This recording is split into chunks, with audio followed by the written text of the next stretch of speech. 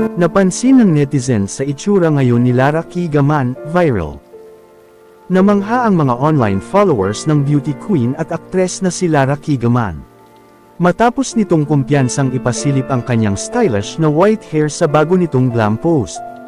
Hindi kailanman nawawala sa uso ang kumpiyansa sa sarili. At pinatunayan iyan ng dating Miss International na si Lara Kigaman. Na talagang napakagandang tingnan kapag niyakap mo ang iyong puting buhok. Matapos ang ilang taon ng pagtatago at pagpapakulay ng buhok, ipinagmalaki ni Lara ang kanyang natural na puting buhok. Ayon sa kanya, napagod na siya sa pagpapakulay at nagpasaya na let go of perfection. At yakapin ang kanyang God-given white hair na minana sa kanyang ama. Sa kanyang opisyal na Instagram account, nagpost ang aktres ng isang fierce na video habang rumarampa sa hallway wearing a sleek white one-shoulder gown na may high cut. Ang talagang nakakuha ng pansin ng lahat ay ang kanyang buhok, na nakastyle sa isang eleganteng high updo at buong pagmamalaking nagpapakita ng kanyang silver white na buhok.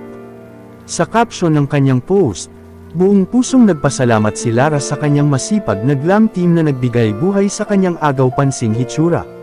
Ani sa post, "It took a village for me to look like this. If I can only bring you all with me all the time, thank you for making me beautiful that night." Agad na nakakuha ng labis ng paghanga at suporta mula sa kanyang mga kasamahan sa industriya ng showbiz.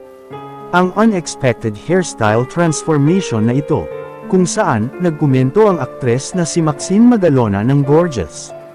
Habang ang kapwa niya beauty queen na si Maxine Medina naman ay nagpost ng super ganda.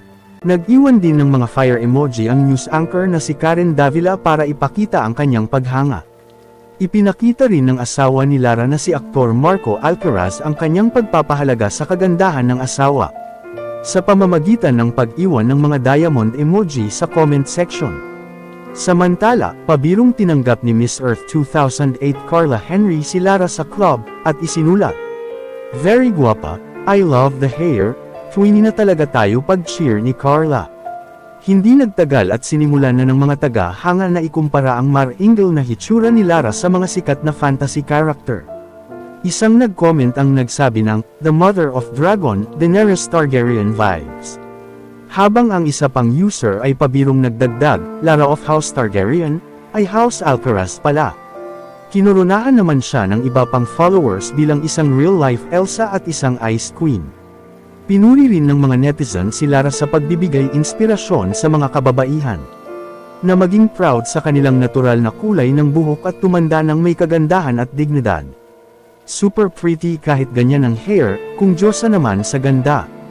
Aba, gusto ko na din ng white hair, ang masiglang pahayag ng isang tagahanga. Sa huli, pinatunayan ni Lara Kigaman na ang kagandahan ay nasa pagtanggap sa sarili, may puting buhok man o wala.